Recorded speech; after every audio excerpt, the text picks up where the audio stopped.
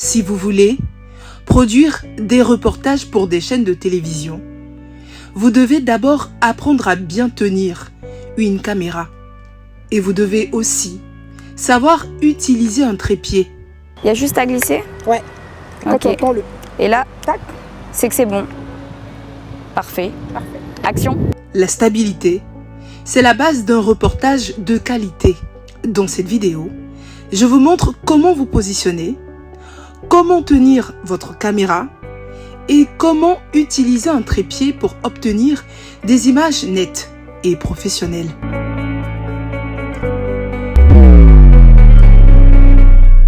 Coucou, comment ça va Mathilde? Je vais très Ça va bien.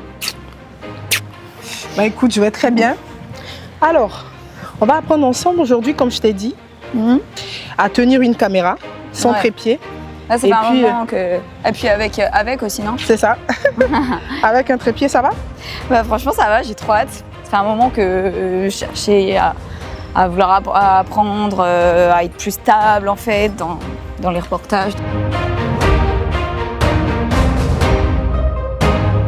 Réaliser un reportage, c'est raconter une histoire. Et pour que votre histoire soit belle, vous devez avoir des images qui ne tremblent pas. Et pour ça, il faut bien tenir votre caméra. Placez votre main gauche sous l'objectif pour soutenir la caméra. La main droite sur la poignée avec l'index sur le bouton REC. Gardez les coudes près du corps pour éviter les secousses. Écartez les pieds à la largeur des épaules pour bien tenir en équilibre. Inspirez avant de filmer et expirez doucement pendant l'enregistrement. Et surtout, bougez avec tout votre corps, pas seulement avec les bras. Donc la main droite, je la mets juste ici. Ta main gauche. La main gauche en dessous. Les pieds bien ancrés. Les coudes près du corps. Et j'appuie sur enregistrer, sur le REC. Si tu vas en tournage, que tu as des supports derrière toi qui peuvent t'aider, par exemple le mur, une table, n'hésite pas. Alors vous, depuis la maison, vous pouvez également essayer de faire ça. Si vous n'avez pas une caméra, utilisez un téléphone, hein, vous le mettez en mode paysage et puis vous faites ça. Il ne faut jamais oublier que quand on filme sans le trépied ou sans le stabilisateur, c'est le corps qui est notre stabilisateur. Donc il faut s'assurer qu'on a les pieds bien ancrés au sol, qu'on est à l'aise pour filmer. D'accord? Et donc, du coup, des fois, on utilise le trépied. C'est pas tout le temps à la main, non? Il y a des situations en tournage où tu auras besoin d'utiliser un trépied et puis où tu n'auras pas besoin du tout d'utiliser un trépied, surtout pour des situations où tu es en mouvement.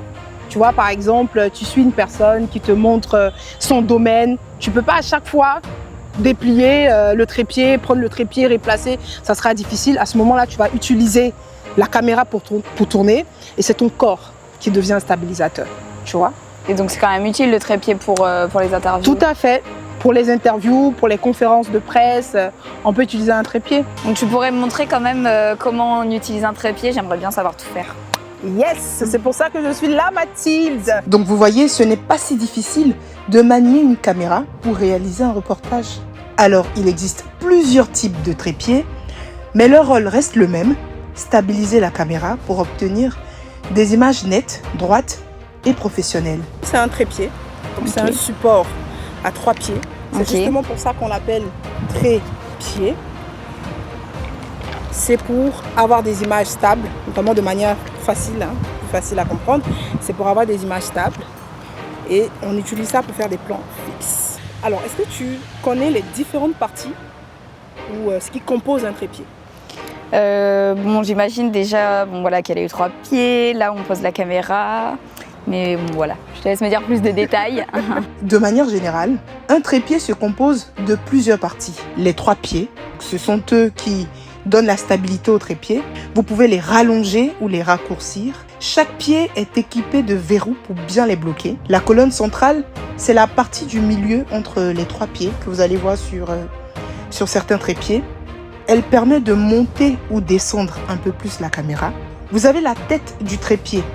C'est la partie supérieure où on pose la caméra. Elle va vous permettre de faire pivoter la caméra de gauche à droite et de haut en bas. Alors ça, c'est une plaque de fixation, une petite pièce détachable qu'on visse sous la caméra pour pouvoir l'installer ou la retirer rapidement. Ça, c'est la poignée. Elle sert à diriger la caméra facilement pendant votre tournage.